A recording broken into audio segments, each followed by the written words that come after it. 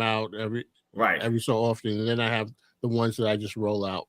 Okay. Yeah. Oh, it's live time, brothers. It's live time. Welcome to another stirring edition of Untitled. I'm your host, R. Jones, and also serve sometime as moderator when needed to be. And joining me is my fellas, a man from Hollis, Queens, my brother, David. How you doing tonight, sir? I'm good. How you guys doing? All right, man. And thanks for joining us. And also, I can't leave out the original from the BX, but decided to turn traitor. Let me stop that. He now resides in North Carolina. Dominic Donato, thank you for joining us. Always a pleasure for us to have you on as well. Yes, sir. All right. Yeah. Yes, sir. Do you brothers? I meant to ask you last week. Do you recognize what my background is? It looks familiar. I will say that. No, let me move out of the way a little bit. It's the ceiling at Madison Square Garden. I knew it. I was about to say that. I was about to say that. I believe you. Yeah. You got to teach me how to do that, Dave. Yeah, actually, I did a little took a screenshot or something. Okay. I have a green screen, so yeah. I knew that looked so familiar. I'm like, I know that. Because of course, I haven't been to the Garden in a long ass time, but I do realize. I was like looking. I'm like, wait a minute, is this because the change is a coming? Huh? No, I was just playing with a little background. No, you were going with the title of the show. Change is a coming. Yeah, that's what it is. Leon Rose and Worldwide West and whatnot doing their thing over there.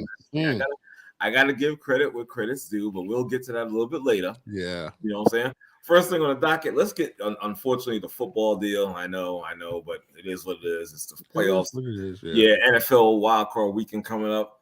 But the big news is this guy here, Bill Belichick. And the New England Patriots decided to separate, part ways, so to speak, after 24 years, resulting in 6 champions. Yeah, it is. I didn't realize it was that long, to be honest with you guys. You know what I'm saying? I was like, 24 years. I was like, damn, and they decided to part ways. I'm sure in Beantown, hearts were breaking a little bit. But the guy's 72 years old. I mean, time is up. You know what I'm saying? The guy you're not going to be coaching till you're like 80 years old. Now, that's ridiculous. Right. I mean, at this point, now he can run for president.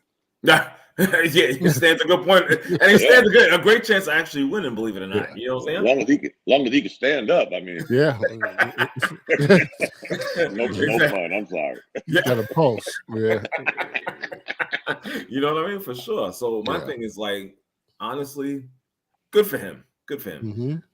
The thing that people are saying, oh, he's going to retire. No, he's still interested in the coaching, which I found kind of incredible because my thing is like, what do you have to prove? Right. You've won six chips already. Yeah. You understand some of the possibilities of teams he might go to.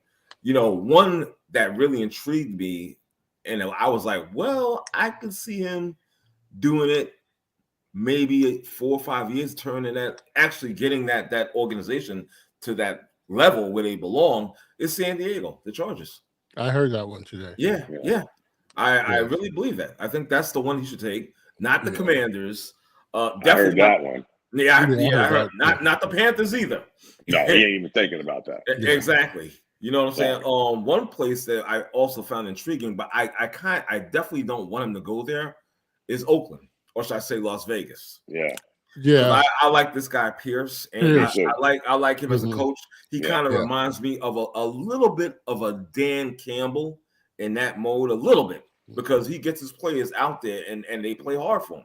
You know what I'm saying? They would like him, they respect him. He reminds me of Ice Cube with a headset.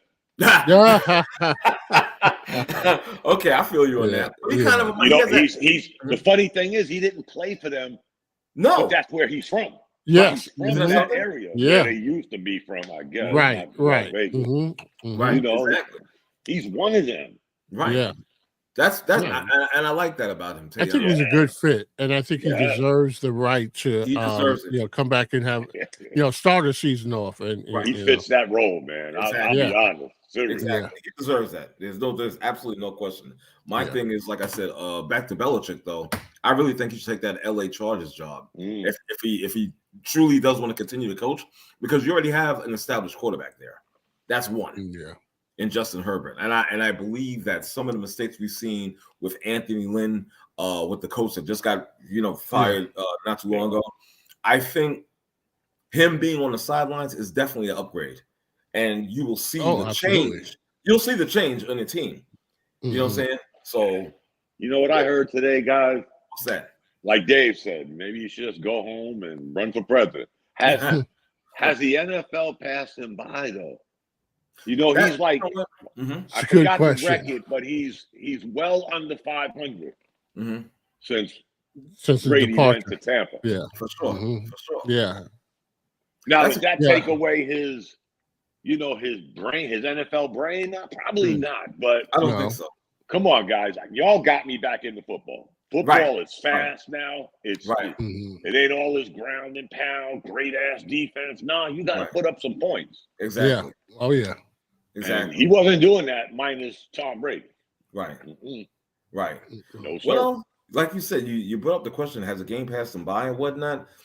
That's a good question. I think it's a legitimate question. Absolutely. It really is. In some ways, I have to say yes, and in some ways, I gotta say no, because again, that mind to me is sharp. The guy's brilliant. Let's call a spade a spade. The guy's brilliant as a head coach. You understand? That's why they wanted him in New York, and he was like, "Pump the brakes." Yeah, I'm going also. I'm going to go to Cleveland and whatnot. We see how that turned out, but at the same time, and there's that. You know what I'm saying? But he did have a high acumen. You know what I'm saying, for the game of football and whatnot. So you got to give him credit. Yeah. I mean, okay, sorry. No, go ahead, Dave. Go ahead. I don't know. To Dom's question, I would say I look at it this way. Are there many better X and O's football minds out there than Belichick? Because if the game has passed them by, I think it's in maybe the way that the game is played and coached. But is that a good thing? Have we improved? Has someone come up with? I mean, he was the benchmark. I mean, he had Brady, but he was the benchmark for success for a long time in this league.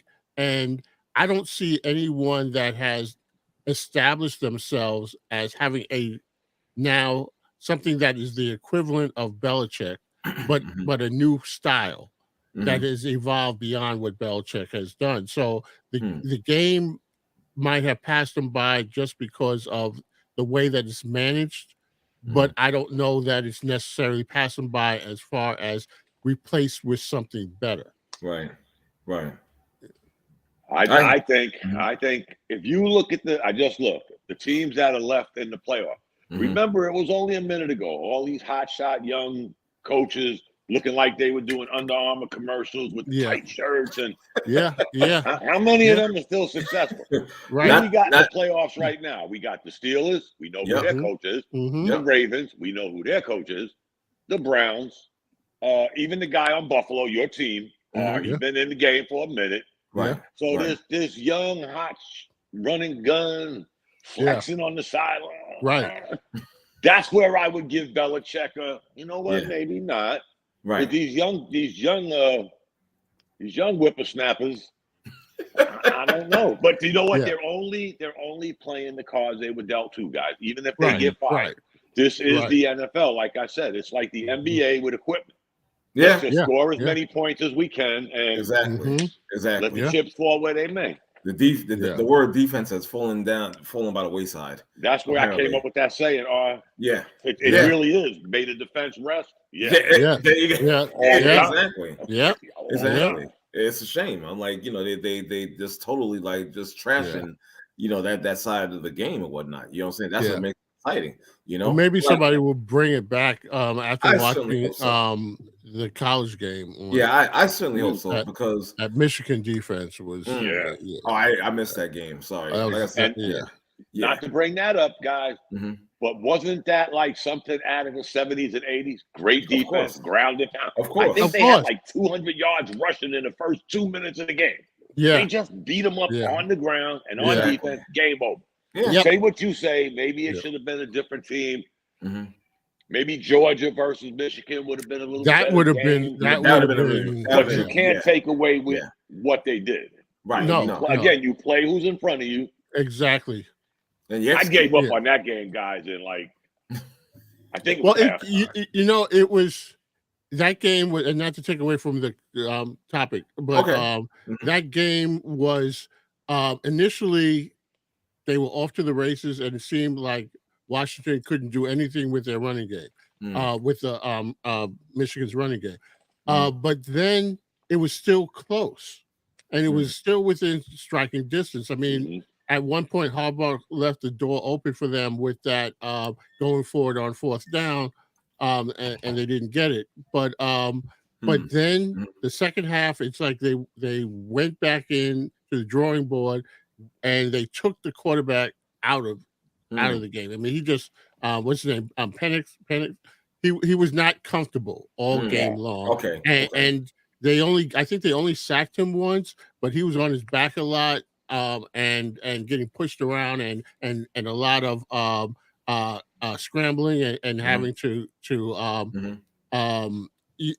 make quicker plays than he would want to. Right. So for life. He was hurried a lot. Yes, and then after that point, I think that the defense of Washington was just run down, and these guys just took it to him, and that's why the score eventually wound up what it was. But for maybe 3/4 of that game, it was still could have gone any way, but it just looked like Washington, for whatever reason, they didn't have that get over the hump ability, and Michigan.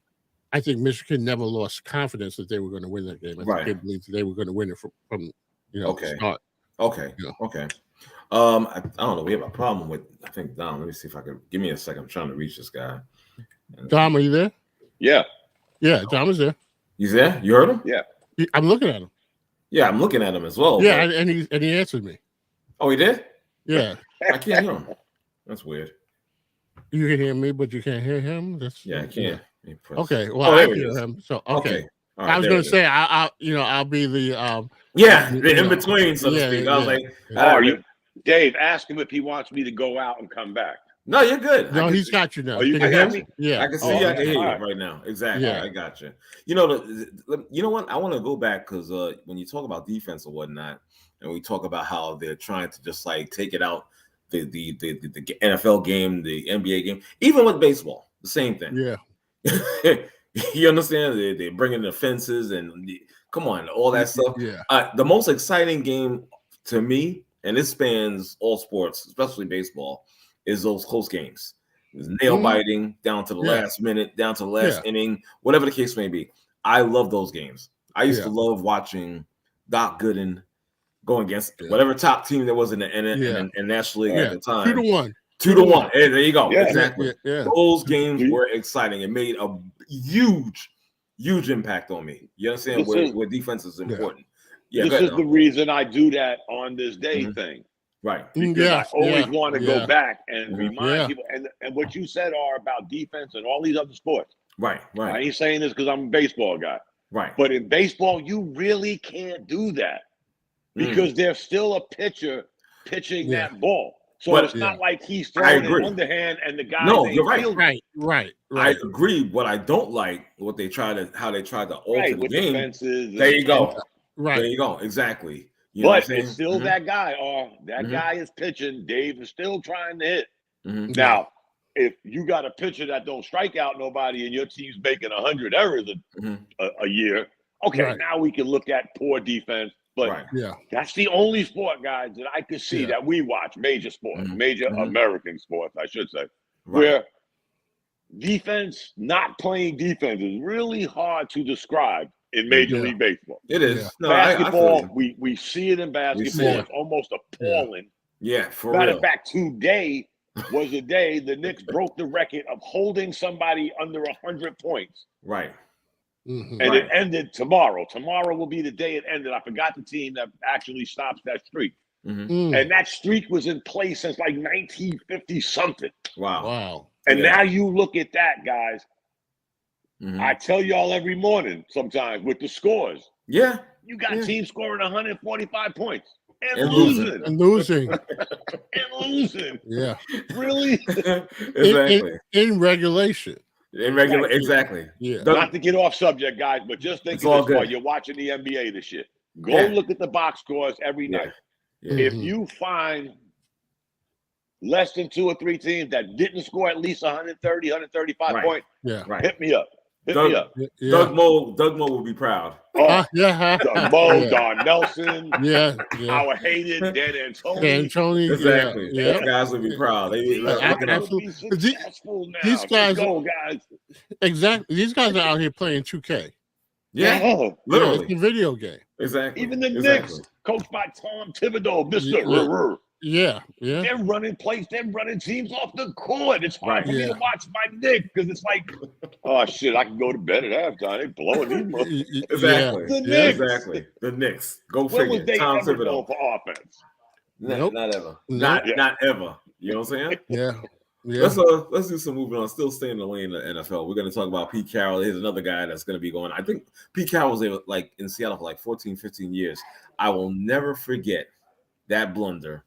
When you think of Pete Carroll, that Super Bowl blunder, that's the first thought that has to come to any sports fan, any fan of Seattle.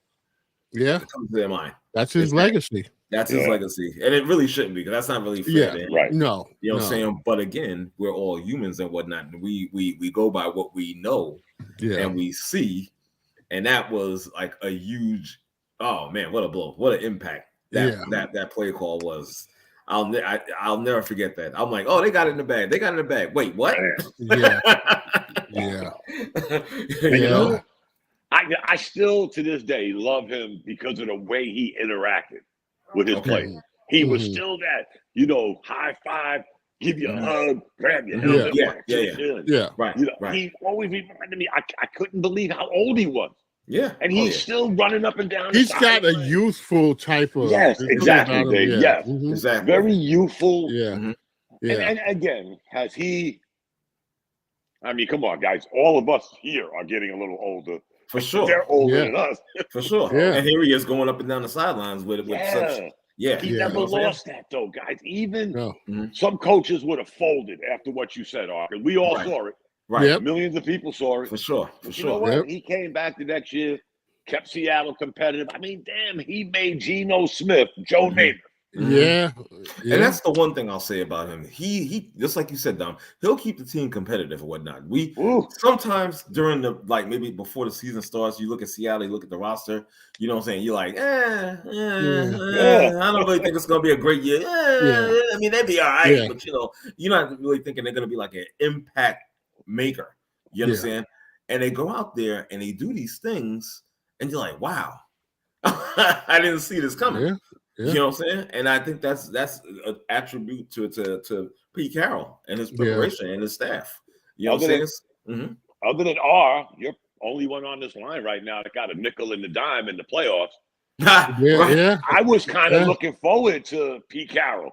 I like that running around and because I'm not going for nobody. I mean, no, he brought that youthful enthusiasm for a guy, that in his age, at his age, whatnot. He brought that. You gotta like that. You gotta respect it. It's like, okay, I can't really be mad at this guy. You know what I'm saying? It's a shame that he's no longer head coach, but he's still gonna be serving as involved. Right, I like that part. Yeah, like me and Dave saw Geno Smith. Yeah. Right, Dave. That's right. Yeah. We saw Geno Smith. Every week, I hope. Every week. He did his thing. He did his thing. I'm not gonna lie. So not bad. Too bad the wheels came off the bus for him though, and the rest of the team, unfortunately. But what are you gonna do? You got to play the games. You know what I'm saying? Somebody's got to win. Somebody's got to lose. That's how it goes. You know what I'm saying? So, well, at least we know he's not going to coach nowhere else. No, right. I think that's it. I think he's going to stay with the organization. Yeah, that's it. And which is great. I think that. I think it's great. he's happy there. Yeah, you know. yeah. And for some dumb reason, guys, again, I'm getting old. Mm-hmm. I kind of thought that's what Belichick might do. You know what, Dave? Mm-hmm. I ain't gonna coach no more. Mr. Kraft said I could go up in the suite and you know, hand out popcorn, whatever. I didn't think he would just walk away. Yeah, I think there's a bit of a rift between those two guys. No matter what they try to portray at the press conference, you know, you hug each other, you're wishing you're talking nice to each other, and all that stuff, wishing each other the best. I think there's a serious rift in that. Really. I think so too. You know what I'm saying? They just sort of like Tiger Woods, man. We're talking about all of these, you know, parting ways. Mm-hmm. Yeah, Tiger Woods, Nike. 27 I know. I saw 27 years. Yeah. I was like, how many years? Yeah. Let me tell you something, guys. When I hear stuff like that, like 27 years, I'm thinking to myself, damn, I'm still in the Army, right? I'm still doing dumb shit, right?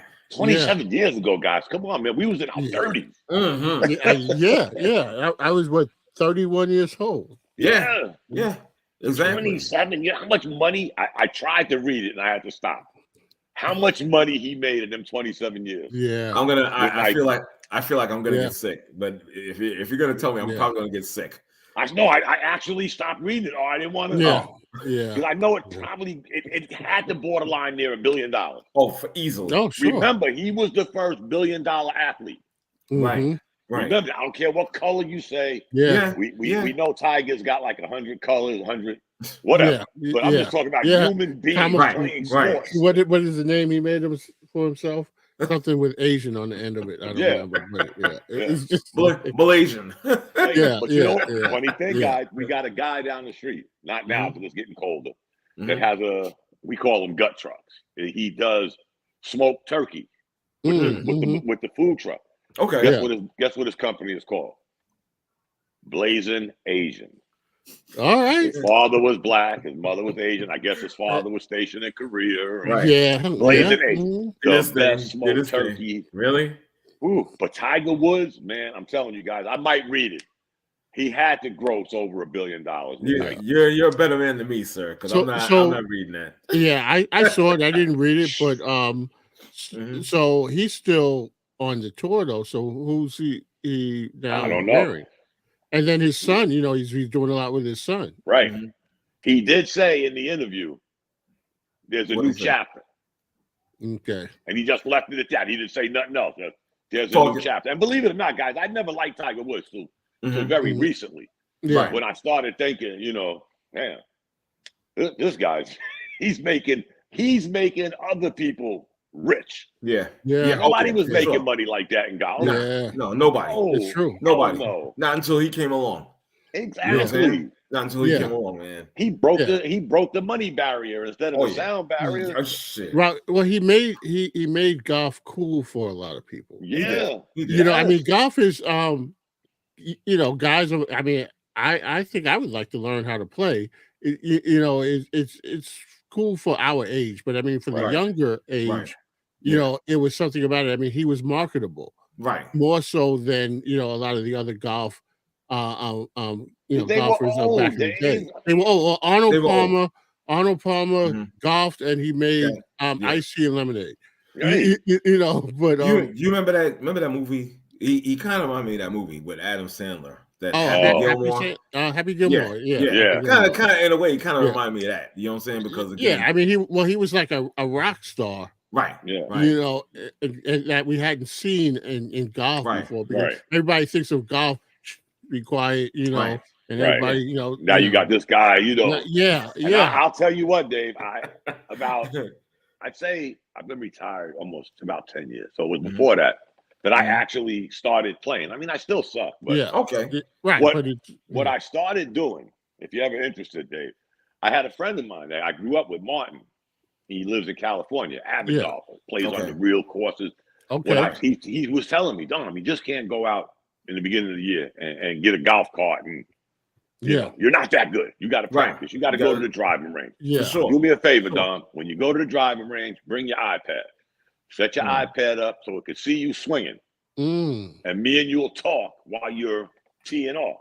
And yo, I got so spoiled with him that I'd be FaceTiming him with my phone in the golf cart. I would turn it around, show him where the ball was, show him the field, and he would. I'm not going to say I'm still a hacker. Don't get me wrong, but it is a fun sport, Dave. If you don't take it serious like I was at first, and I was so competitive. Yeah. Once I learned to kick back, guys, and just chase the ball, it's just you and the ball, all this green shit. Right. Yeah. And you just follow the ball. I didn't play, but I went with a bunch of guys, had dinner at Top Golf. Oh, that's golf world. I was in Georgia, and that is because the guys who I was with, they actually play, right. And there's a not a league, but there's a group of black golfers. Okay, and so this friend of mine, he's really into it. So everywhere he goes, he's got his golf clubs. So we had dinner and we were at Top Golf, and I was like, yo, this is insane. I mean, this is like, it's a whole new world. So it's something that I would honestly, I would like to learn how to play, because I'm not looking. Place, Dave. I'm not looking for the competitiveness of it. No.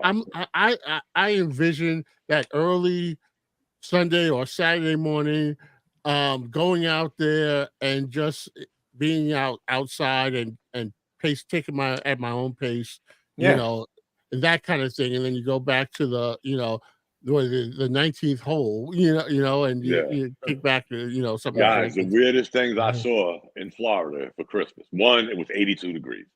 I live in the South. It's nice to have warm weather, but 82 degrees on Christmas is like, that's kind of weird. Yeah. And I showed you all the pictures. My son lives on a golf course. Yeah. Right. Christmas Day, guys. Christmas Day. The golf course was packed. Of course. I'm telling my son, these motherfuckers got to go home, man. It's Christmas. Yeah, they don't. That was intentional. Floridians, you're in a new generation, sir. Generation. He's telling me, Dad, maybe they don't have a family. Look at the age of these guys. They got family somewhere. It was absolutely intentional. It was absolutely intentional. You're in a new era. Yeah, okay, you're a new era. Come on, guys. Trust me, they got out of that house. But you guys, Dave, you always pissing in my Wheaties. I guess if that was me 25 years ago, that kind of weather, I might have. Yeah. So look, there is no Santa Claus. I bought all these gifts. Open your gifts with your mother. I'll be back in 2 hours. But it was weird, guys. I mean, again, I don't know who's ever been in that kind of environment during Christmas. Yeah, that's I lived in LA for 2 years. It was warm, but it wouldn't be. It might be in the 60s. Yeah, not 82 degrees. Yeah, not 82. That was strange, guys. And again, I live in the South. I've been stationed in Georgia, all these semi-warm places. Right. Yeah. Never saw that, guys. That shit was just. I'd like to play. I'd like to give it a shot. I've had a guy. I'm not going to get off topic, but I've invited y'all down a million. Okay. Yes, you did. Yes, you have. And you know what? You know what's weird, guys? And I'm going to leave it at this. Dave, right now is the time to play. Because one, it's cheaper. Yeah. Two, the grass is kind of brown because of the time of year. It goes into, I forgot that word we call it, not hibernation, but the greens are still green. But for hackers like us, that's great for the fairways to be like that, because you can hit a ground ball and that shit might go 150 yards. It's just going to keep. Okay. Okay. That's an advantage. Dormant. That's the word I'm looking for. Okay. The grass goes dormant here. That's an advantage. That's an advantage. Florida, it stays green all year. Yeah. But this is the time. Plus, it's not 115 degrees outside either. So it's pretty comfortable to go out there now. Sounds weird to you guys. January. I get it. And again, I'm not a player, but I get what you're saying. Yeah. It is fun, guys. Trust me. Okay. Yeah. I'm gonna go to Top Golf, and then the first course I'm gonna go to is Augusta. Okay. Then again, guys, if you're ever in Myrtle Beach, Myrtle Beach is the first place I saw a Top Golf. Really? Okay. That's the first place I ever saw one. Because I know miniature golf is huge in Myrtle Beach. Wow. I've been there. Golf period is huge in South Carolina. Okay. Right. Well, that stands to Vegas. Yeah, of course. Yeah, You know, Yeah. guys, let's do a little moving on, shall we? yeah, we're moving right along. I think here. tonight's gonna be a short show, probably. Yeah, and that's all right. Yeah, and that's all right. We might hit unhinged before now. No, I don't think there'll be any unhinged. I'm not pissed off about anything. Okay, Ben Simmons. Gotta be something. Ben Simmons. I'm not pissed off anything in particular. Not today. Well, are you well? Is it? I'm good. I'm chilling. Did you get married over the weekend? Yeah, right. Yeah. Nah, not this weekend. Left us off the list again. Yeah.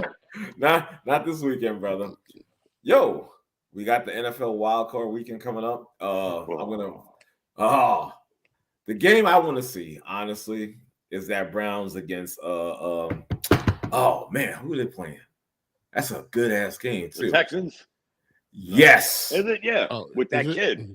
Yes. CJ Stroud. That's a game I want to see. Okay. So I think that's going to be a real barn burner. Yeah, the Browns and the Texans. Yeah. Because it's got the potential. It's got Flacco's playing. He's doing it. Yeah, he's lights out right now. He's doing it. Right now, he's in the zone. How long that's going to last, I don't know. Yeah. The Browns, I like a lot because if I'm not mistaken, they have the top defense in the NFL, or one of the top defenses in the NFL. And I use that word. Yeah. I use that word. Defense. Yeah. Okay. Hopefully it won't rest.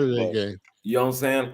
I think that Stroud and the Texans will make it close, but I can see Cleveland winning that game, particularly on the defense, making important stops and whatnot, and kind of like quelling out Houston Texans. Yeah, so I can see Cleveland win. They're in Houston. Yeah, okay, even so, but I think Flacco and company can pull it out. You know, because we got the what's that guy's name? Myles Garrett. He's a beast. Mm-hmm. You understand? And there's another defensive end they have as well, and they worry about him more than probably Myles Garrett. So it's interesting enough that so this is looks like it's the first game on the playoff schedule. I believe so. It's the 4:30 on Saturday. The last game that was played there was the college championship. That was played there on Monday. Okay. Stadium. Yeah. Okay. And this kid is a rookie, right? Stroud. Yeah. He is. Yeah. Mm-hmm. Then you got ours team. Their Sunday. That's a 1:00 game. I like that. But the other Saturday game, guys, is where the NFL sold its soul to the devil for money. That a mere $110 million. That bothered me. Yes. Yeah. When you sent out that that. I don't know. I know what it is. You're talking about the Peacock deal. Yeah. Yeah. The Dolphins and the Chiefs too. A good game. Yeah. Right. Yeah. It must have something to do with Taylor Swift. I don't know. You know what? And this is the reason why I mean, Miami has its issues right now as well. I get that. I would love to see Miami beat Kansas City. Not happening. But I don't think it's going to happen. Because but I will say this, even though Kansas City may win this game, they're not winning the Super Bowl. They're not focused. I've been saying this for pretty much those. They are not focused. Okay, there's issues. Yeah, there was some internal issues with them. Yeah, internal issues. Also, when I say not being focused or whatnot, you got the whole Swift thing. You have these guys making commercials, including the coach, and all that stuff. Their eye is not on the prize 100%.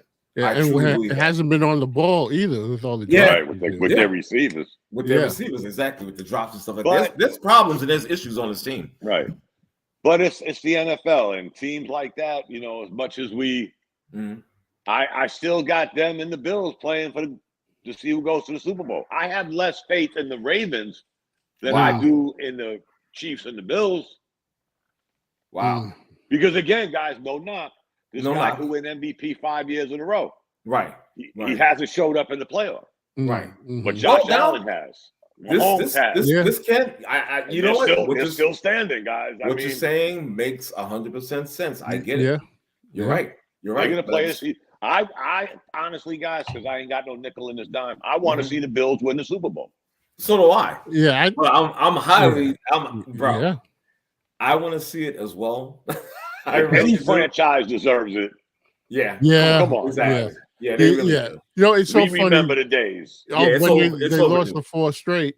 Yeah, which is unbelievable. But and it's so funny that I you know, back in that time, because we're talking about 1990 and and I laughed at it. I thought, I thought it was hilarious. But then when my son went to college, he went to college in Buffalo.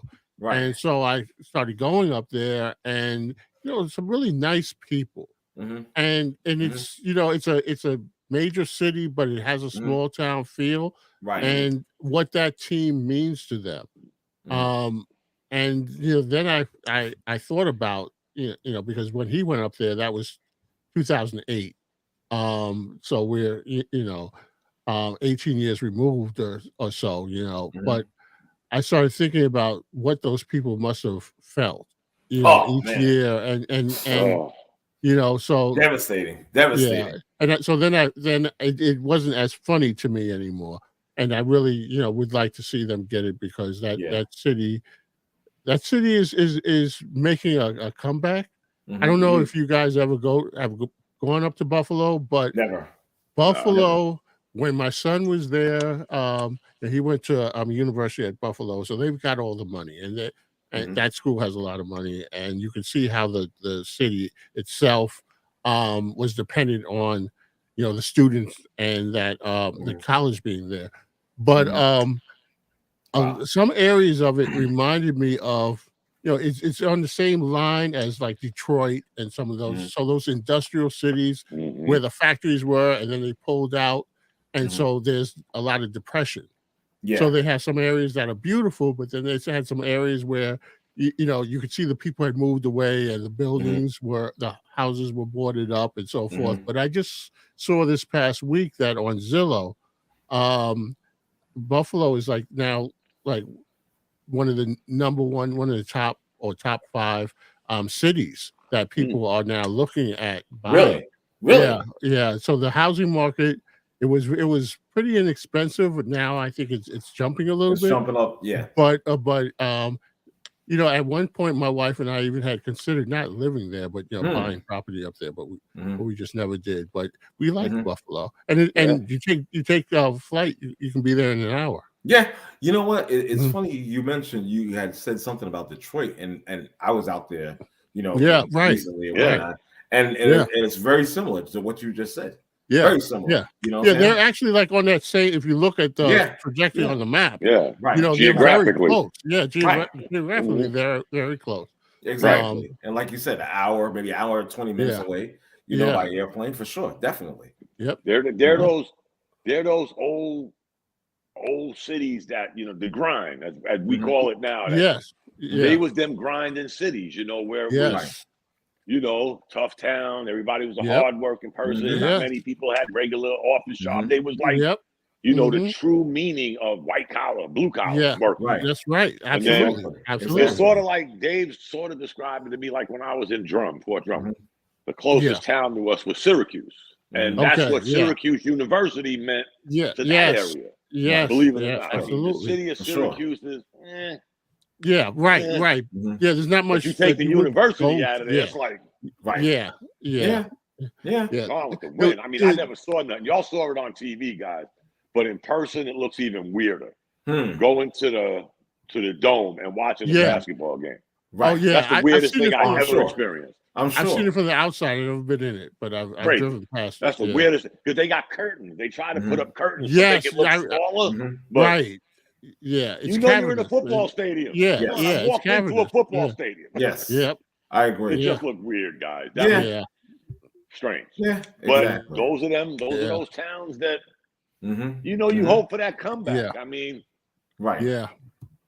Like I said, there were good people up there. When I was there, it was weird because again, considering the financial straits of Detroit, and people going through it, whatnot. But at the same time, you're trying to build like a Fifth Avenue or a Madison Avenue on certain strips or whatnot. It just put me in a weird kind of space because I'm seeing the stores, but yet I'm looking at the people, I'm looking at the homeless, and I'm like, right.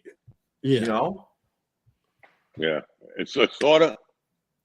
Yeah, it was very It's weird. sort of like you look at a town like Detroit, what R is saying. Mm-hmm. You know, Ford Motor Company, Motown Records, you know. Yep. Right. That was a rich town. And you absolutely. And you got people, I hate to bring up politics, but you got people that'll say, you know, once politics started getting their hand in and we started that my wife's cousin, who has the same exact name as Reginald McCoy, he's been inviting me to go to Comerica, the baseball stadium. Yeah. Okay. So I'm gonna go this year. Okay, check it out. But he's been living there. He's been living there for quite some time. Okay. Yeah. And he'll tell you, you know, it's like, you know, Dom, sometimes you wish there was like no politicians. Let us just go to work, do our thing, tell us where we mail our check for taxes, and live our lives, and that's it. Exactly. Hopefully y'all do the right thing with it. Right. You know, let's not involve y'all too much. Right. Because they ruined Detroit, man. I mean, it was a booming booming place, guys. What was that mayor? The mayor who got into some legal trouble. Kwame. Kwame, Like Reggie knew him. Reggie knew this guy. He was off the hook, man. You had guys like, what's the name was the mayor of Detroit at one time? Dave Bing.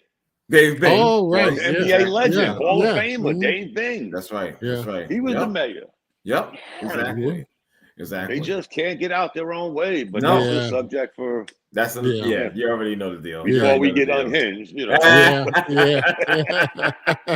Exactly. So let's talk about this Bills and man, against the Steelers. Bros, I don't know, man. I don't know. I'm gonna be. I'm not gonna lie to you. I'm gonna be nervous during this whole playoffs. As long as this team, my team, the Buffalo Bills, are still around. Every game, I'm going to be tiptoeing. I'm not going to lie to you. I'm not going to be overconfident, and you have to understand why. Because, again, like the last game, I turned off at halftime. I turned it off. Yeah. Because I was done. I was like, what the Well, we told you. 3 turnovers. We told you. 3 turnovers. I told you they'd win. Yep. We did say that. Yeah. I thought they'd blow Miami out because I ain't got no faith in Miami, man. No. Understandable. No. Understandable. You know what I'm saying? But again, they're playing the Steelers. Yeah. And Go ahead. No, I was just gonna say I've got nobody in this playoff, but for me, I'll be honest with you, if the Cowboys lose, then I'll just sit back with my feet up for the rest of the playoff and just enjoy it for what it is. Get them out of here. We might get pissed off this year, dude. I know. And it's not. I'll go on record as saying this. I don't dislike the Cowboys. It's that fan base that annoys me. Oh, I lived it too. And I know our boy is a fan of the Cowboys, and but he's not one of them. Right. My thing is this: there are, and I've said this before, there are 32 NFL teams, and so excluding bye weeks and a potential tie, 16 fan bases are happy after the weekend is over. For sure. But only one of them has to go on and announce to everyone who they are. And that's the point. That's the problem for me is that just shut up and take your win, and then when you lose, then they want to know why people seek them out. Well, that's because you want to announce to everyone when you win, and then you don't want to hear it when you lose. Right. I mean, this is one thing for people to go on social media and say, "Oh yeah, Jets won this week. Good game. I feel good." But nobody was talking about we gangrene and all of this other stuff. And, it's like just shut up and there he is. We them boys. Guys, I happen to be in Texas, an hour and a half from Dallas. Right. During the 3 most successful years they've had. Wow. Since then. They ain't had them since then. Since Yeah. I left Texas, they haven't been shit. So it's your fault. You know what we went through? Again, you're in the Army, so you got people from all over. Yeah. Right. And you got people from Texas that are stationed in Texas. Oh my God, man. Lord have mercy. That shit was pain Well, the only good thing I got out of it, guys, was seeing the first president, George Bush. Right. They invited us to post the colors at the old Texas Stadium with the so God could see his favorite team. Yeah. Other than that, wow, if you was a non-Dallas fan, man, you suffered. Remember, guys, what did they win, Dave? 3 out of 4? Or yeah. It was like I was there for the whole thing. You were there for the whole duration. Wow. Oh shit. Oh, wow. God. Well, we'll see. We'll see. You know, I'm just reaching out to Rona real quick. Yeah. You know, so who's that joined us? That was Ronan. But Ronan is on it. Yeah. Yeah, he's muted for a second. I said unmute yourself whenever you're ready to come back in. You know what I'm saying? So let's see. You was talking about the Cowboys. Yeah, they face Green Bay. Now, this is going to be an interesting game. Let me say one thing. Back to Buffalo. Oh, okay. It might be 20 degrees and snowing. I heard. Oh, right. Yeah, I heard some crazy report that they were going to play in Cleveland. Oh, really? As an alternative? Because of the weather? Yeah. I know it's supposed to be brutal. Yeah. Now, my thing is this: how bad can it be if you're willing to play football, man? Exactly. I don't understand that. How bad can it be? You mean because of the city of Cleveland or the weather? Because you're like, how bad can it be if you really play? I got to tell y'all a funny joke. Option number one. They brought up Cleveland. I got to tell y'all this joke when you're done. Go ahead. Wasn't even a joke. Come on with the joke. Yeah. Come on with the joke. I'm in my car listening to NBA radio. You know your Nets were playing Cleveland earlier today. Yes, right? I was waiting for the text. Yeah. No, they had an interview. They had an interview with the president of the Cleveland Cavaliers. Okay. And he was like, well, it's really an honor. We get to show, people in Paris and all around the world what the Cleveland Cavaliers and the city in Cleveland are about. I'm thinking to myself, you can't get people in our own country to buy into that shit, man. What are you saying? Exactly. Yeah. No, it's true. It's true. I imagine it almost turned out to be a good game. I actually made it home for the end of the game. Exactly. See, let me tell you. First of all, let me talk about my team for a brief minute. I know we the spectrum of the NFL, but let me go to basketball for a quick minute. And Brooklyn Nets. Right now, it's a process. We're hurting, obviously. But I'm gonna bring back an old line from the Philadelphia 76ers front office. Trust the process. No. I was going to ask you if you trusted it. I'm trusting the process. The process. We're going through it. We're having a little rough patch right now, but it's going to straighten itself out at some point. You know what I'm saying? When you say trust the process, you do realize I'm saying that 25 decades of tanking and all they got left to show for it is Joel Embiid. Right. And they've never got out the second round. The Knicks have gotten that far. Yeah, right. And we didn't tank. This is true. But I'm going with the OG plan. Trust the process. I'm riding with it. Yeah. Okay. Do you know what that process is? Oh, don't say it. That was I gotta say it. I got nothing else. I got nothing else to lose.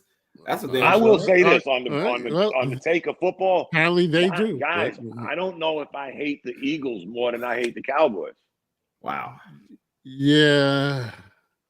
To see the Eagles lose, that would be hilarious. I hate Philadelphia. Yeah, I don't like Philadelphia. Right. They're like this far behind California to me. Okay. I'm serious. I don't know who I hate more, Dallas or Philly. I think it's Philly. Because they're so close to New York. They're close, they're close. For sure. Right, because when it comes to Dallas itself, it's really just the Cowboys that I have a problem with. Because you look at the Rangers, and you look at the Mavericks, Spurs, the Rockets. You look at you don't really hear them talking. But Philadelphia, I think to Donald's point, the proximity. And every team is a rival of a New York team.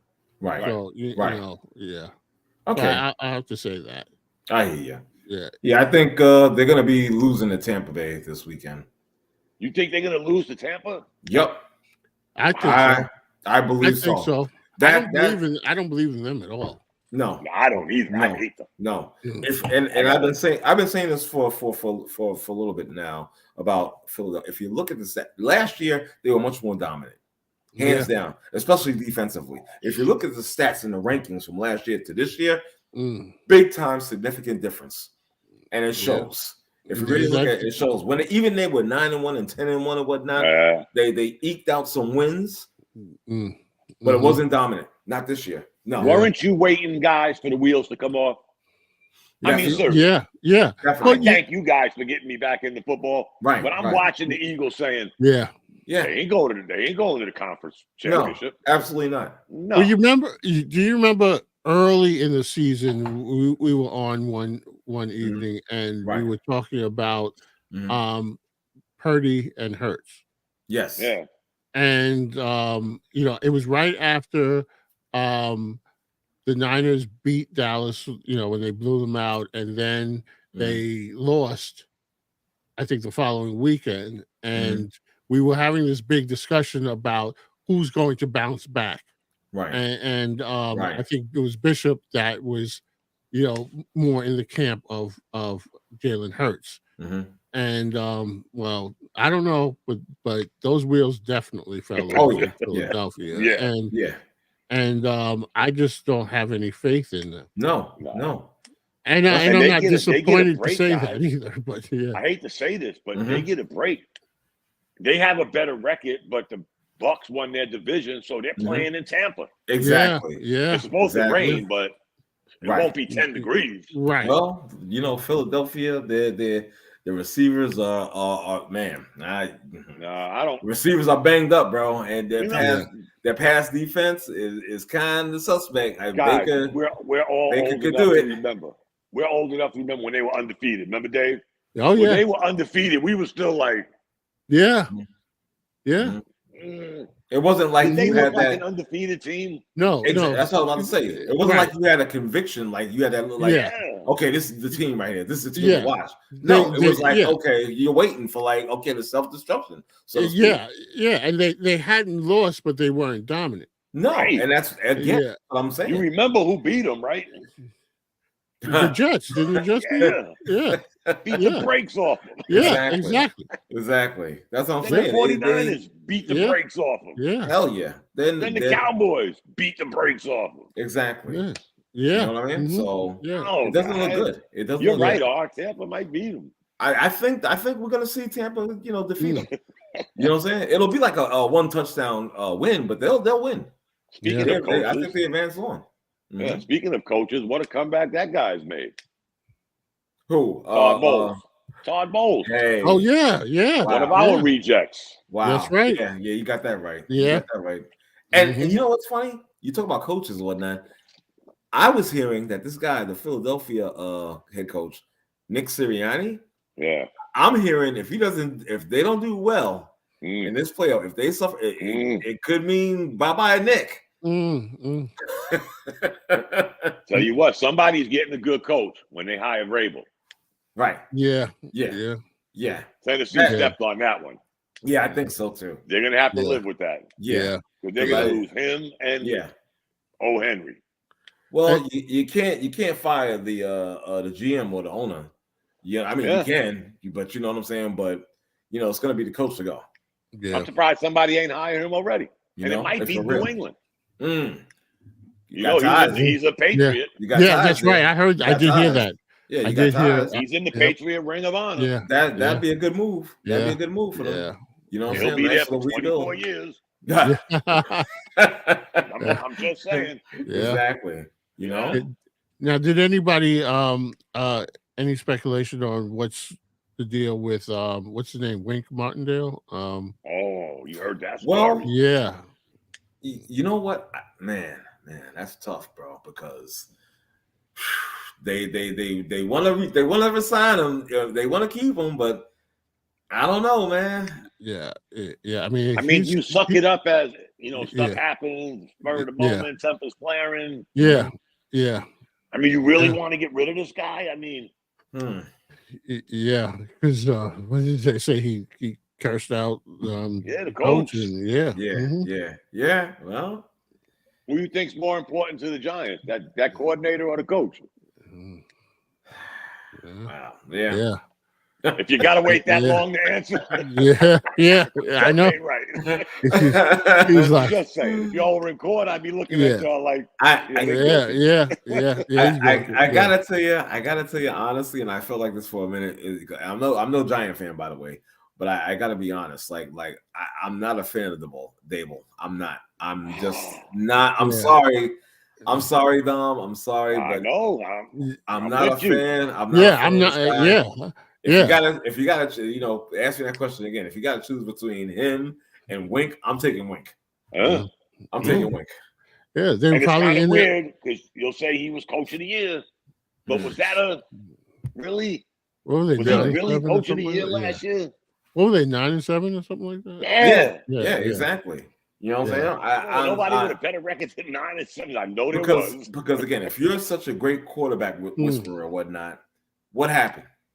If you're such an offensive guru, what happened? I'm seeing a lot of predictable plays. It's like head scratching. No, I'm sorry. I saw I'm some not convinced things this year. I didn't see much of them, but some things that really made me question his. I'm not. Acumen. Ronan said, "Yeah, of course he is. Yeah, of course he is." Yeah, you want him signed to like a 10-year deal, I'm sure. Yeah. Keep him. Trust the process. No, I don't get it, guys. But then again, he'll probably get fired. I mean, how do you save face? Yeah, right. I hate that part of it, but right. Well, this is an important year for him coming up. Next year is important. That's for sure. Him and our coach. Yeah. Oh yeah. You know what? I had a thought. This is crazy. How crazy would it be for Bill Belichick to still stay in the AFC East, but with the Jets? The Fires. Because 24 years later, that would be insane. Yeah, I would love it. I would get a thrill out of it. I think that's it came to me. I was like, wait. I said, how crazy would that be? Yeah. 24 years later, right? Unfinished business. But if Ragu is on the hot seat, our coach got to be on the electric chair. They're ready to put that cap on his head. Yeah. Hit the switch. No, and Dom, I feel about. I don't like the dude like that, but he's got to get a mulligan. He's got to get a mulligan. How many mulligans did he get? He's got it. No. I understand what you're saying, and trust me, I get it. But he's got to get another mulligan because he didn't have Aaron the whole season. He's got to get that mulligan. You know what I'm saying? I feel what you're saying. Trust me. Mm-hmm. You couldn't do nothing with a number 2 pick in the NFL draft before Aaron Rodgers. You're telling me Wilson is that bad? Yeah. He didn't come out of USC. So what? A number 2 pick, guys. I mean, I understand some picks are RJ Barrett. There's an RJ Barrett in every draft. But exactly. You didn't do nothing with them. You ain't done nothing with this team in how many years? I'm just saying. Now bro. Aaron Rodgers was going to be your get out of jail free card. Yeah. Okay. That's what it is. I mean, if you're going to use one, that's one to That's use. a good one. Yeah. Don't get me wrong. But I think he should have never got to that card. That card should have been put back in the deck. Listen, we should have had our coaching us last year. I feel you. I get you. I understand completely. I'm siding with you, but I'm the last guy to say fire a coach. I never do that. Right. But I'm sick of the Jets, man. The Jets are like, I heard the people I was in my car a lot today. A lot of people were calling in these talk shows, and they were like, we don't want Belichick coaching our team. What are they now called? The Commanders. Right. Yeah. That's all we've gotten over the last 25 years. Some coach comes in, gets all the money. 3 years later, he's gone. We don't want Belichick. I'm like, damn, man. Sound like a Jet fan. I don't want this clown no more either. But shit. Starting to get like the rest of the fans. Fire. Yep. Yeah. Ronan said Wilson is that bad. He came from BYU. Yeah, I said but he was a number 2 pick, guys. I mean, I understand. Like I said, there's an RJ Barrett in all of us, but right. We'll get to that later. Yeah. Praise the Lord. Praise the Lord. Exactly. There is a God. Well, does Wilson have the legacy that RJ Barrett has, or thinks he has? Ooh. You remember RJ was talking about legacy? Yeah. Yeah, like I had posted in the group. With a picture of my man from Buffalo, Rick James. Yeah. Cocaine's a hell of a drug. Yeah. Yep. You know what I'm saying? I was like, yeah, okay. Well, I mean, who knows what's going to happen next year? Because Aaron Rodgers, he's too fixated on Jimmy Kimmel. That's kind of corny too. You got a guy like Jimmy Kimmel who gets on TV every other night talking about this one, that one, and now you go get in your panties because somebody talked about you. Oh boy! Man, shut your ass up. And what's this thing about Pat McAfee not having this guy on from now on? Oh, now he can't be on no more for the rest of the year. Right. Whatever. Yeah. ESPN, the control freaks. Oh, okay. You know, ESPN got morals and standards. You know that, right? Yeah, right. But here's the other part to it. I mean, Jimmy Kimmel, he's on ABC, right? He's on ABC. And ESPN, they're both Disney. Duh. Yeah. So exactly. So you go after. You go after one of Disney's people, right? On ABC. So ESPN is going to support that. Right. Of course. Yeah. Of course. Now let me read something. I got a couple of comments here. Facebook user, I don't know who you are. I'm sorry. It might be Reggie. I'm not 100% sure. He said, "Sounds like R wants more wins for the Bills." I would hope. I mean, again, I'm hopeful, but with the way this team plays, to me, they're too inconsistent from time to time. I don't like that. So no. We'll see. I would like to see them win, but I'm nervous. I'm not gonna lie. Let's flip it and who do we think has a legitimate chance? I mean, Dallas. Yeah. San Fran. Mm-hmm. Of course. San Fran. In the NFC? We're talking NFC or the whole league? We're talking whole. Yeah. In the AFC, even though I'm about to say, even though Dom might not agree, the Ravens, I got to put them out there. Buffalo. But I'll put Buffalo out there, even though I'm nervous about them. Yeah. Definitely Kansas City. Got to worry about them. No doubt. 3-3. Right. Mm-hmm. I got Buffalo playing Kansas City again, and hopefully this time Buffalo gets over the hump. Mm-hmm. Hopefully, I don't know. Yeah. We'll see. Wishful thinking. And our brother, what did he say? He was talking about the Washington fans are delusional. Yeah. That squad has been bad after the 92 season, after Gibbs retired or whatnot. Exactly. Jeez. Yeah. They went downhill since then, haven't they? Pretty much. Joe Gibbs? Pretty much. Yeah. Pretty much. Doesn't matter what you call them. Wait a minute. Redskins, Commanders. So they fired this guy. What was the guy's name again? Oh my God. Rivera. Rivera. I'm glad he got fired because we had his ass fired 3 weeks ago. Right. Yeah, exactly. Because I was like, I was like, I didn't hear that. But again, he got fired. What about 2 years? I think 2 or 3 years he's been there, if I'm not mistaken. But you got a guy on the sidelines, the great offensive coordinator. Is there any chance he gets a job? No. I want to hear this guy talk, guys. Serious. I want to hear him say something like, I keep getting overlooked for a coach. Is it like he don't want to be a head coach or? Right. You want to hear his take on I want to hear him say something, guys. Because everybody else is promoting it for him. That's true. I've never heard this guy. Yeah. Mm-hmm. Say something, man. And I don't know if sometimes somebody wants something, but they're afraid that they might talk themselves out of an opportunity, even though one's not coming, hasn't come yet. They have hope that it is. I mean, but like Dom said, I'd like to hear him say because everyone else is advocating for him, and sometimes you're advocating for someone, and then you find out that they didn't really want it, So but I can't imagine. I mean, I would think that for most people, especially if they have a certain level of coaching ability, that the ultimate would be to run a team of their own. For sure. I think that most people would want that. So I would imagine that he does, but maybe he's just afraid to saying the wrong thing. Mm-hmm.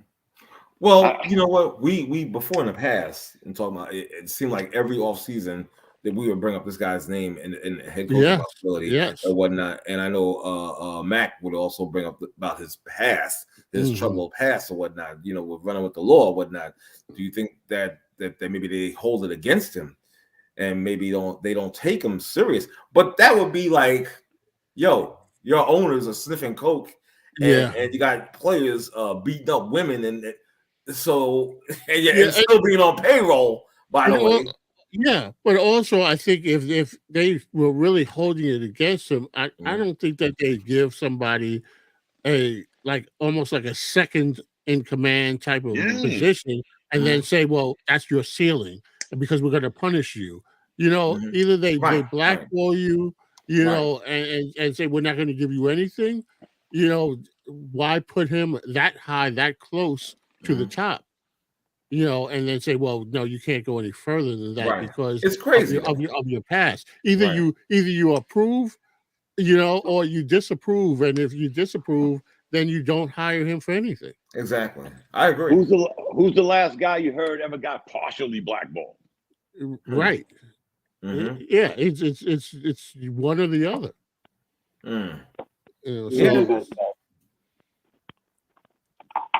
What's that, brother? What's going on, bro? What's up? There you go. How you doing, man? I'm good. What's up, Dom? What's up, bro? Chilling, brother. Good to have you on, man. The enemy's not getting that job. What's that again? I don't think the enemy's getting that job. That's a bad job, man. Yeah. Quarterback is questionable. The defense is questionable. That's a bad job. So. Well, you know what? At one point, and I think I said this before, at one point during the season, possibly from week, I'll just throw something out there, possibly from week 8 or 9 to about week 13 or 14, that young kid, the quarterback, was doing his thing. He was putting up numbers. You understand? He really was. And then at some point, the wheels fell off the bus and they sucked the rest of the way of the season or whatnot. I don't know, man. I think the potential is actually there. Call me crazy, but you gotta add some pieces. You gotta add some solid pieces and whatnot. And you know what I'm saying? Is it an easy fix? I'm not saying that. No, but at the same time, I don't think it's that bad over there. I really don't. Yeah, I mean, they might as well hire what's his name, George Santos. He's trying to get back to Washington. You're a mess. If it wasn't for the Panthers who really stepped in it, know they had the worst record in football and they ain't gonna get no pick. Yeah, that's ridiculous. How do you do that? That's ridiculous. Oh, right. That doesn't make any sense. Hey, hopefully the guy turns into. Hopefully he turns into what's his name? The guy we were talking about from the Seahawks, our guy. Gino. Oh, yeah. Mm-hmm. Because I'll tell you what, guys, I watched this kid all year, and I'm thinking, time's gonna go by. Right. Week 16. Right. Every time he dropped back, he was like this shit was something new to him. He was right. I'm like, what is wrong with this kid, man? Wow. He's still acting scared. I know your team sucks, but so do you. Right. Yeah. What did they win? 2 games or something? Yeah, and ain't gonna get a pick, Dave. Yeah. Listen, all because of him. If you're that bad, then there's no reason to be scared because at that point you really got nothing to do. You might as well just ball out because try to ball out. Yeah, try to ball out. Right. You know what I'm saying? It's beyond. It's weird. It's weird to say, "Hey, my team sucks," but no, you suck too. Exactly. Right. You like super suck. It's super suck. Yo, before we move on to whatnot, I'm gonna give Ronan a chance to talk if he can.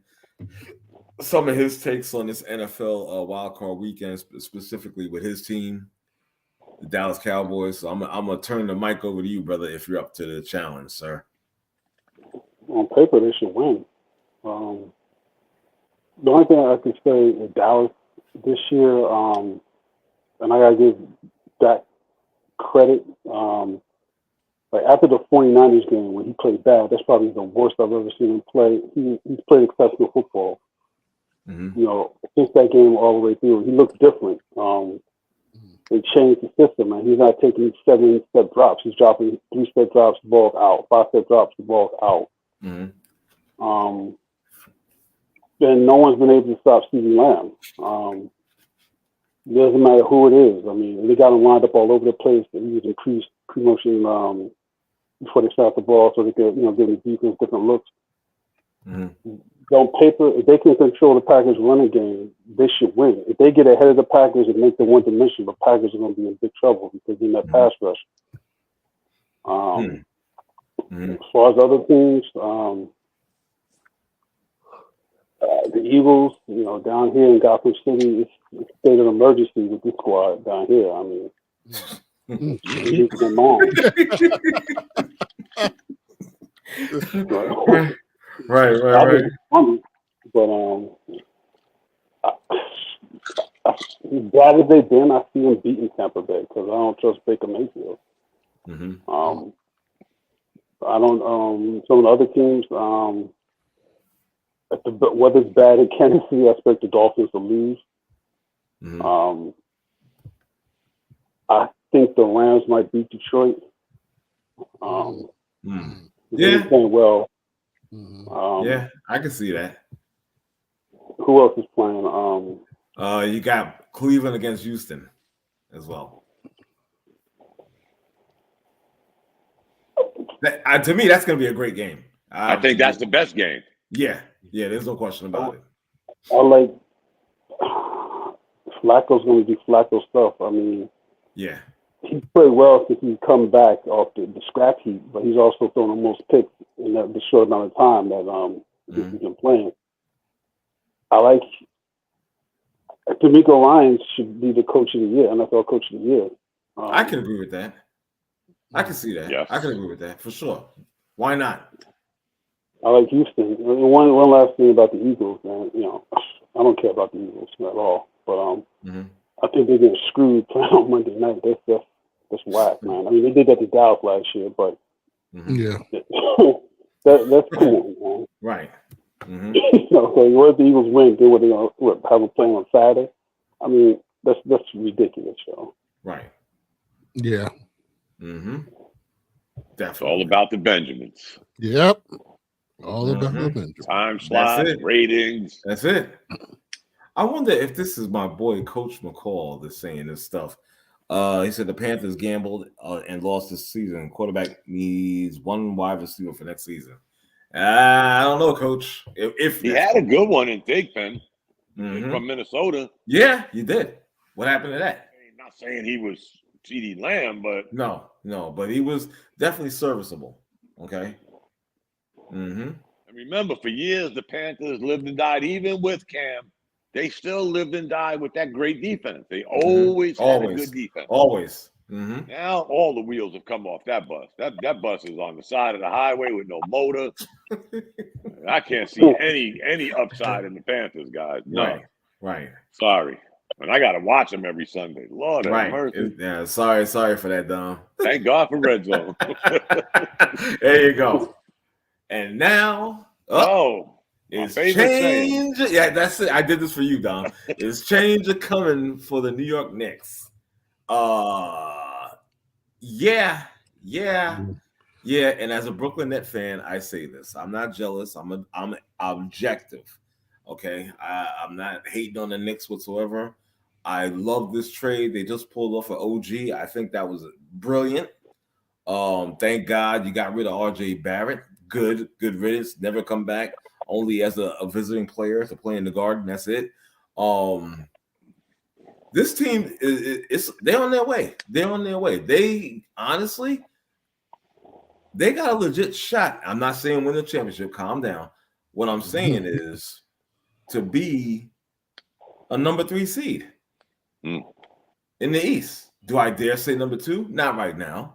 Maybe another big, as like Bishop was saying, a Vucevic type can come in and play. They don't need another guard. They don't need another guard. No. You don't need absolutely not. Even though some people want DeJounte Murray, I get it, but we don't need another guard. We're good. You understand with that? They're good with that. Getting another big though, like that Vucevic guy from Chicago, you get 10 points, 15 rebounds, 15 rebounds and 15 points and 10 rebounds. Thank you. There it is. I'm good with that. And play, do the what's that shit? The dirty not dirty plays, but you know what I'm talking about. I can't think dirty work. The dirty work. Thank you, Dave. Yeah. You know what I'm saying? Mm-hmm. You have That's one of those guys? Like what we do on this show. Right. Without being unhinged. Without being unhinged. Exactly. You know what I'm saying? But you have one of those guys. I think they're almost done. They're almost done. Yeah. They could be well, they could use one tonight because last time I looked at it. They're getting their ass whooped tonight. Yeah. Oh, they're getting man. Okay. Yeah. Now that we're speaking of them, Well, you can't win them all. You can't win them all. So what are you gonna do? Well, trust the process. Yeah, trust the process. Welcome to my town. Trust the process. The Brooklyn Nets. That's what it is. That's my moniker for them. Yeah, I mean, I'll say this, and I don't know if you guys got a chance to see that video that I shared where the guy was kind of like breaking down what OG does on the defensive end, and you have someone who, speaking of defense, that seems to just have an innate ability on the defensive end that was missing, and so if he's really with the breakdown that the guy did, that was him giving his own analysis of it, but it looked like someone on the defensive end that really appreciates playing defense. Some guys, they play defense because they have to because they're not on offense at the time. Right. So it's just on the floor, so they have to at least attempt to be defensive minded. But OG seems to have looks like he's very calculated in what he does. His shot selection, he's the efficiency that we didn't see with RJ. And when I think that when we were talking about defense before, I love defense. When I played football, I loved defense. Yeah. And I just feel that defense is contagious. If you get guys out there that are really out there getting on the floor and hustling and making the right plays, that can be infectious in the right team setting. And guys, want to step it up. So I think he's showing them, in this small sample of what they can do, and somebody like Hartenstein has benefited. Yes, about to say, and then even maybe if Randall can get out of his own way, because he's a physical specimen, and this is what we loved about those 90s Knicks teams, is that they were defensive minded and they were like, not in my house. And so I don't think that they need to go to that extreme, but just be eager to play defense, and not look at it as, just, well, I'm out here, so I have to do it. So get down, smack the floor. Let's go. Bring your best and I'll bring mine. David, you brought up a good point when you especially talking about Hartenstein and whatnot, and how OG's rating, I think it's a net rating, was like over 100, which is a good thing. You understand what I'm saying? Yeah. And also, like 1 point behind OG was actually Jalen Brunson. You understand? So you mentioned the word infectious or whatnot. Yes. It has that effect. It has those effect on Hartenstein and Jalen. You understand? Yeah. And it could possibly catch on to the other guys as well. Yeah. Because we've seen what the reverse looks like when guys aren't playing defense and they start pointing fingers at each other. Exactly. And then then because then that shifts over to the offensive end where guys say, well, you know what? Then I'm just going to take the ball and I'm just going to go for it and you lose that team mentality. Right. And I think that team mentality starts from the defensive end. For sure. Oh, absolutely. And we're talking about a guy that last year led the league in steals. You understand? And now he's playing in MSG. You understand what I'm saying? To me, he's a perfect fit. Yeah. He's a perfect fit. With all that being said, guys, sometimes addition by subtraction really does work. Yeah. I mean, agreed. First, we got to go back to, and it took a little while for us to feel it, the loss of Mitchell Robinson made us better. Made us better offensively. Hartenstein is not afraid to dribble the ball. He's not afraid to shoot the ball. He can damn sure pass the ball. Yes, he can. Yeah. Good shot. Good shot, guys. Yep. Yes. The switch with RJ and quickly, the efficiency level rose through the roof. The intelligence level rose through the roof. Now you combine OG and Hartenstein with their basketball IQ. It's leaps and bounds of where we were.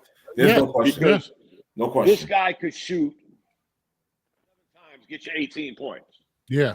That's basketball efficiency. Well, look at not average 18 points on 19 shots. That was RJ Barrett. Right. Just the other night, he went 9, either 8 or 9 for 12 for 23 points. Yes, exactly. That's when your points are that much less than your shot. That's efficiency. Yes, right. Sir. Yes, sir. First player in NBA history in his first 5 games on a new team to have a plus minus of plus 100. Right. That's telling you something, guys. Yes. That's telling you something. If what threw me for a loop was they was playing Minnesota when they blew out Minnesota, and he's checking Ant-Man. Yes. Right? Ant-Man's dribbling. He's on Ant-Man. Ant-Man kicks the ball out to Karl Anthony Towns. Somehow Randall got picked. He was out just that fast. Yeah. He left Ant-Man and was in Towns' face. I'm like, RJ Barrett would have been like, yeah. You know what I mean? Right. I'm not gonna because it's over. I said this for 5 years, guys. Because you're a number 3 pick, don't make you a number 3 pick. It was a very bad draft. I love his goodbye to New York. You know, we left the Knicks much better off after I left than when I got there. And you know what? You're right. You're right. Because when we traded you, we got that much better. That's exactly right. Yes, we're happy that you moved home. You got to go home.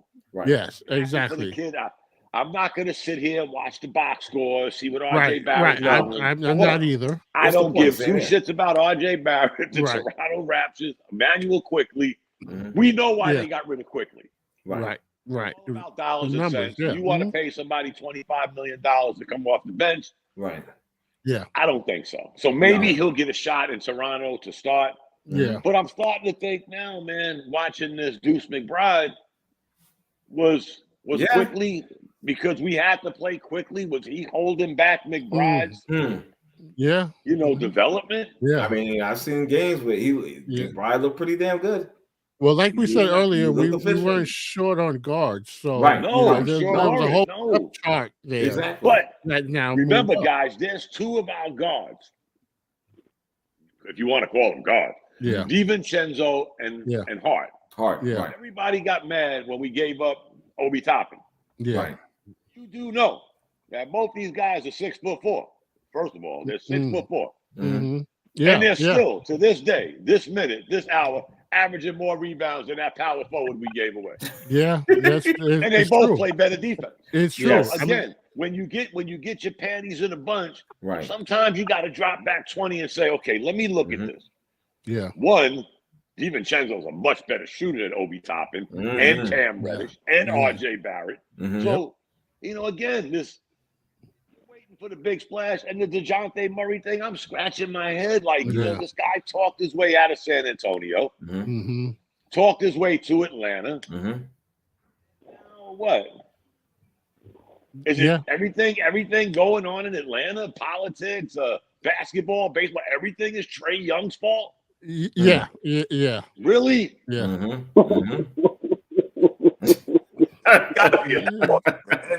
Yeah. So let me ask you, speaking of, guards, I guess, what did Fournier do? Oh. What is like he's just been banished. I think I put up he's been in 2 games. Right. Yeah. He don't fit, Dave. Yeah. He's a liability on defense. Yeah. He's, slow of foot. If you don't have a wide open spot up shot, he's not very good off the. I mean, I can go on, and I'm not bashing the guy. I'm just well, you're stating facts. Yeah. Now you take a guy like DiVincenzo, even Grimes. Let's not forget about him. I told you before. Yeah. The greatest thing to happen was him coming off the bench. Yeah. Could possibly save this kid's career. Right. Great defensive player. Could shoot his ass off. I think he's 6'5", isn't he? Yeah, and Fournier can't do that. Fournier is like he's wearing lead weights. Exactly. So, because when I went to the game a couple weeks ago, what was it? Christmas. I'm there early, so I'm watching not even the pregame shoot around. I mean, I'm watching when guys are in like warm-ups, sweatpants and stuff, and they're going out there shooting. And I see Fournier out there shooting, and I'm like, why? Why bother? Like what? Damn. Listen. Last year I went to Knicks Nets at the Garden, and we were out there real early, and Ben Simmons was shooting. And so, I mean, you just had to bring that up, didn't you? No, I know. I'm just saying. I mean, it's like him and the guy who sells hot dogs. They're out there, passing each other the ball. I mean, man, what the fuck? I want to know why? What do you think you're doing? Because I just don't know. Then you go back and put on street clothes. But you're talking about this guy. First of all, who do we blame for that? Do we blame? I mean, listen. You got to give props to Leon Rose and Wes. For engineering this trade for OG. I get it. And pretty much bringing DiVincenzo and all. Listen. Yeah. But again, they're the ones that signed this guy. Yeah. That was their biggest blunder, guys. Remember, after the COVID year, and we was the 4th seed. Yeah. Say what you want, no crowd, whatever. We had a good season. Yeah. It was that in between year that Leon Rose and Worldwide West had this epiphany that, hey, let's go for offense. Right. And what did they give us? Y'all remember? Kemba Walker and Evan Fournier. Yeah. Right. Yeah. And that was our down year, guys. If they would have stood pat and filled in as they went along like they're doing now, we'd have 4 years of playoff basketball. Yeah. But that 1 year, guys, they decided apple cart. That's their blemish so far. Well, that's true. That being said, look what they picked up, though, guys. Yeah. I mean, they turned it into I think also, Dom, after that, that playoff series against Atlanta, the problem wasn't offense per se. I think it was the fact that they played no defense. They had nobody that could stop Trae Young. Right. So, I don't think that it was so much. I mean, Randall disappeared from the season that he had, and it was very frustrating. But it was the most frustrating for me watching that series is watching Trae Young run up and down the court. In the Garden. Yeah, in the Garden and people and stuff like that. I mean, that's what really bothered me. It wasn't that I was like, oh my God, they're missing shots. They can't make shots. It's like this little Chico DeBarge. Chico DeBarge, exactly, was running up and down like he owned the Garden, and it was to the point where people was like spitting at him and stuff like that. Dude, because he was that little gnat.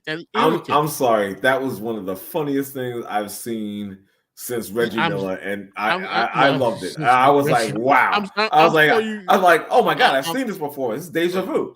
Yeah. But you know what was painful about that, guys? That season, the Knicks were number 1 in points against. number 1 in field goal percentage against, number 1 in 3-point percentage against, and all of that went away in a mere 5 games. Yes. That fast. Yep, that fast. Exactly. And they had zero answer. I mean, we could blame the crowds coming back in. We could blame Santa Claus. Right. The fact remains the Knicks were probably the best defensive team in the NBA that year. Right. And none of that showed in that just 5 games, guys. Yeah. 5 games, exactly. Exactly. 5 games. And didn't really get home with home court advantage. But here's the catch, guys. The numbers I gave you, the Knicks were 4-0 against Atlanta during the season. Yes. Yes. And what happened? And that little guy ran up and down. Complete 180. Had no answer for that. But again, as great as we were, not great, but as good as a season as we had, we were still missing what that year? Something we was missing for the last 25 years. A point guard. We had offset Trae Young. Whether your point guard could check him, whatever. But you had a point guard that could at least almost match him, make him run and play defense, slow him down. We didn't have that. Do that shit now with Jalen Brunson. Right. Yeah. See what Trae Young does now. I'm pretty sure Nick waxed their ass this year. Yeah. I'm just saying. That 1 year, guys, that had to be the strangest year. And other than us. Well, when you break it down like that, I agree. Yeah. No, you to go out like that, as good as a season as y'all had. Yeah, that really left a bad taste in my mouth. Yeah. Exactly. But I will say what, guys, after that debacle of what they tried to do to recapture it, some Knick management would have kept doing the wrong thing to try to catch it. This management, after that series, came back the next year, completely dropped the ball. They did. Somewhere in the back of their mind, they said, we got to make this shit right. And they did. They self-corrected, and so we got to give credit where credit is due, because that had in recent history that had not been the MO. No, the MO was it wasn't. We fixed a problem with a bigger problem. Right. Exactly. We'd have kept adding fuel to this fire until after Brooklyn burned down. And this is why I compared that the OG trade. It was similar with when they got Josh Hart. You understand? Because it was steroids. Exactly. Well, for sure. Yeah. Because they got Josh Hart and they won 7-8 games in a row. 9 games. 9 games. Pardon me, 9 games. 9 games in a row and whatnot. That just changed the team and whatnot. His energy, you know what I'm saying, and his influence changed the team and whatnot. So again, here's another guy. Yeah, is he like I hate to say this, is he like a poor man's version of Kawhi Leonard, a younger Kawhi Leonard? Other than Anunoby plays every game, but I'm just saying, the way they play, the way they go about it. Right. I mean, you know what? I could, I could kind of agree with that. Yeah. He's a very solid ball player. Now, very solid. The catch-22 is, and hopefully it happens, that this kid don't walk out the back door. Right. Yeah. We got to sign him. Well, they're going to sign him. They're going to sign him. You have to. They're going to sign him because again, they're going to sign him. You know what I'm saying? I couldn't imagine the egg on your face if this did happen. Talk about them coming back from something. And listen, if they keep playing the way they're playing, they're winning. You know, this is an attractive destination. I mean, you don't have to sell him, or you won't have to sell him on playing for the Knicks, right? Because he's already going to know what that is like. Unlike trying to get somebody from somewhere else and tell him what it's like to play in New York and all that. He's going to have that much time under his belt, knowing what it's like. And again, remember, New York isn't for everybody. It's not. Some guys just can't perform well. Obviously, he can perform well here. Yeah. Right. That's clearly obvious. You know what I'm saying? So it shouldn't be like, oh, I'm shy. I can't do anything in New York. And, it's not the same pressure. It's high. Yeah, it's high pressure, but you're performing well. So you could be here. You could be here. He could definitely. Yeah, he could definitely be here. Fit the role too, guys. I mean, your coach is Tom Thibodeau. Yeah. You like playing defense. Love playing defense. Right. Talked about that an hour and a half ago. Right. Right. You got to fit right in with this. I mean, And New York fans love defense. Exactly. Yeah. Yeah, New York fans, we love defense. And they're in love with this guy already. So yeah, what Dave say earlier though, it's contagious. Yeah, I see R doing something. R's going a little extra. It makes me want. There you go. There you go. Just saying. So yeah, you know what I'm saying? That might be the best pickup we've had, guys, via trade. We signed Jalen Brunson. We didn't trade for him. That might be one of the best trades we've made in Earl Monroe. I don't know. Yes. And some Facebook users said no heart is not the claw. We didn't say that. No, you were talking about OG. We were talking about OG. You know what I'm saying? Nobody said he was. I said right. Kind of poor man's version. Yeah. Exactly. But he's a complete ball player, guys. Yeah. I mean, again, I feel bad. Then again, I don't like to listen to a lot of rumors. Oh, he was kind of upset in Toronto because he wanted more of a bigger role. He's behind Siakam and Barnes and he came to the Knicks and fit right in. And I didn't see him raise his hand and say, "I got to be the one wheel." Right? No. Fit right in, didn't he? Yes, he did. Yes, he did. Well, and to answer that question, like I said, to answer that question, is the change coming? Yeah. Yes. A resounding yes. So it's about time. You guys deserve it. It's been over 50 years. Since the championship, since the banner was hanging from the rafters or whatnot. With this trade, you guys take another step towards doing that. Do we trade Mitchell Robinson? Can we get something for him? If you can, I would. I would. Yeah. I mean, I'm not the only Knicks fan. Yeah. That my 2 years have been questioning this guy's. He's that guy we talk about, guys, in the off season. In the off season, the videos, yeah. Then he comes to the games and he's like, he's a damn boy. Right. He's a YouTube. Again, YouTube all-star. Yeah, exactly. But I think we gave you guys long enough to, I don't want to use the word develop. Yeah. Because you got to do something in the off season other than do YouTube videos and buy new cars. Right. And he just don't. And a lot of Knicks fans, guys, we could say $15 million in today's NBA is a pretty good deal. Yeah. But not to me, because I don't think he was worth that $15 million. Now, at the end of the day, it's a very movable contract. Well, that's what makes it. I don't know where you get off paying somebody $15 million and he's one-dimensional. Right. Yeah. Well, you just said it, one-dimensional, Dom. Yeah. I think my 2 biggest grievances with Mitchell Robinson is the health issue. One. He just cannot stay on the court. And the other issue is he's such a liability at the free throw line that he goes up there, and so if you're late in the game and you got him on the court and they're looking to foul, because you want your big man going to the basket. I don't want him out on the perimeter somewhere. I want him banging in the paint there.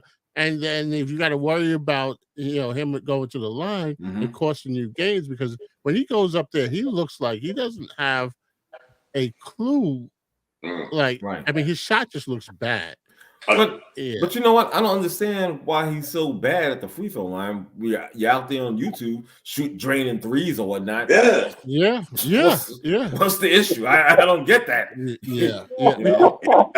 But the shot that he's taken on YouTube is not the same shot.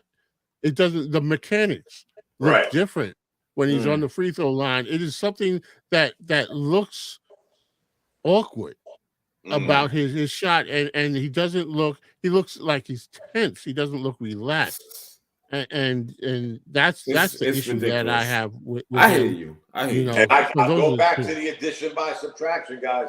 Now, when we have Hartenstein on the floor, we're not playing 4-on-5. You got to guard Hartenstein. Yes. He can move. He can pass. He can block shots. He can rebound. He ain't just an extra body out there like Mitchell Robinson was. Mitchell Robinson got the ball. Me, you, and Dave were like, okay, then let me see who's going to pass it to. Maybe I'll run over there for the double team right now and just leave him wide open. You can't do that with Hartenstein because he'll go to the basket. He moves without the ball, and he moves the ball. Yes, yeah. So you talk about a freak accident that could have possibly made us better. Yeah. I don't know, guys. I'm not going to say I'm fed up with Mitchell Robinson. Yeah, I'm not. Yeah. 5 years. But he's got to go. He's got to go. Yeah. I just haven't seen the improvement. No. And he's not on the court enough to, he's got to show go. me. So the sampling is still small. Right. But I don't see somebody that is working on the right thing. No. You know. I don't want to say you got to go, but yeah. With him being injured, because you know what? They're not giving the Knicks that injury exception. They're not giving them that $7-point-something million that we could use because some strange reason they think he's going to come back. So okay, if he comes back, can we pay you the $7.5 million back? I mean, right. Work this shit out. Right. What if he don't come back and we didn't get the money? Yeah. And now we got a lap in the rotation or in a player. Right. Because you say he might come. Come on, man. I might hit the lottery tomorrow, but I'm still right. Yeah. Well, I mean, Gentlemen, like that exception. Right. And that's not fair. No, it isn't. But they're in a good trade him. Guy get traded while it hurt, but no. Right. Dom, Dave, Ronan, it's time for him to go. That's it. Yeah. We've seen enough. Yeah. And that's it. Yeah, exactly. Yeah. We've seen the movie before. We already know what it is. Yeah. Ain't no surprises coming down the road with him. It's the same nonsense. That's just what it is. Who you want to trade him for? Who you gonna get back in return? I'm not against it. That remains. I mean, if we're doing this good without him, and let's say we can't get a Vukovic or DeAndre Ayton or whatever. If we're doing this good without him, and we develop Sims in the process, we get a third, fourth seed through all of this chaos in 1 year. If you don't think we're looking better moving forward, you might want to wipe your glasses and rearrange the thought process. Right. Because we are. And we could get even that much better with that $15 million contract off our back. Yeah. Exactly. I agree. Yeah. They've done a great job with that guy. You got to give them credit. We bashed them early on. But they have mastered that addition. Yeah. No, they have. I like I said, I'll give them credit. I'll give them credit. Y'all know me. I started off with this TikTok, Leon. Yeah. I remember that. Years ago. Right. Yep. And here we are. They came through. I'm not gonna lie. They came through. You know what I'm saying? Better than what we got in Brooklyn. That's for damn sure. You said it, not us. We didn't go there today. I am objective. Okay. Yeah. So yeah. Trust the process. You're lucky because Bishop and Red aren't on here. I ain't scared of that guy.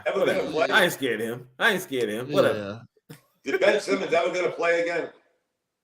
Yes, he's coming back soon. Who's that? Who? Ben Simmons. Oh. He's been there for the last 2 years, He's coming back soon. Listen, he's gonna trip to Paris. He's coming back soon. He's even gonna have the shooting sleeve on his left. Yeah. He's coming back. Yeah. Did anybody ask him, or you just speculate? And y'all see that Soto guy in the Yankees? He set a new record for arbitration, $31 million a year for 1 year. Ooh. Damn.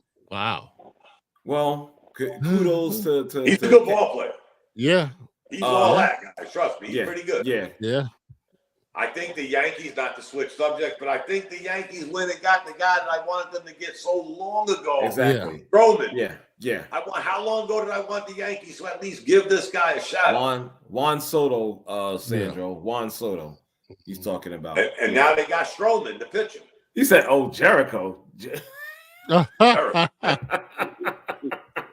Who is Jericho Sims? Jericho Sims. Yeah, he can be whacked, but he can't be no whacker than Mitchell Robinson. Unless that Facebook user is a Mitchell Robinson fan, we apologize. Yikes. Right. Jericho Sims is athletic. I'll give him that. Yeah, he is. Come on now. He's He could whack. probably shoot a foul shot. Yeah. I hope Yeah. so. Yeah, And that's to me, that's always inexcusable. You come on, man. You getting free. and he's free got points worse and every whatnot. year, guys. Yeah. Yeah. Yeah. It ain't like he got a little better. He got worse every year. Yeah. Yeah. He looks like he doesn't work on it. Right. Yeah. Yeah. I don't know this guy. But wait. Let's not dismiss the fact he's out there draining threes. Yeah. Yeah. I Yeah. didn't know that That's kid for on- his YouTube channel. What's his name? Tristan Thompson? Is that how you say Yeah. his name? Yeah. He's shooting 30% from the foul line. 30? 30. 3-0, Dave. Jeez, I think I can do that. He Yeah, shot I'm a couple sure of I can do airballs today in Paris, so Oh my can't god. blame the foreign soil. Yeah. Yeah. 30%. That's Wow. ridiculous. I didn't know Brothers, he was bad. he's that bad. Yeah. Listen, let me get ready to close this out. You know Yes, what I'm sir. saying? I love you guys for always being on with me. Dave, Dominic, Ronan. Who else was? I don't know who else is out there, but I know Sandro Salone. Thank you for your support. Probably Yeah. Coach McCall. Probably. I'm not sure. He didn't really confirm. It was him and I. People on Twitter, thank you for checking us out. We'll be back again next Thursday at 8 p.m. Hopefully, you all will be here for another episode of Untitled. So, with that being said, peace. Good night. Y'all have a wonderful weekend. Stay safe out in the Night, streets. brothers. All right, guys. All right, Bye, y'all. y'all. Oh, shit. All right, peace. Peace.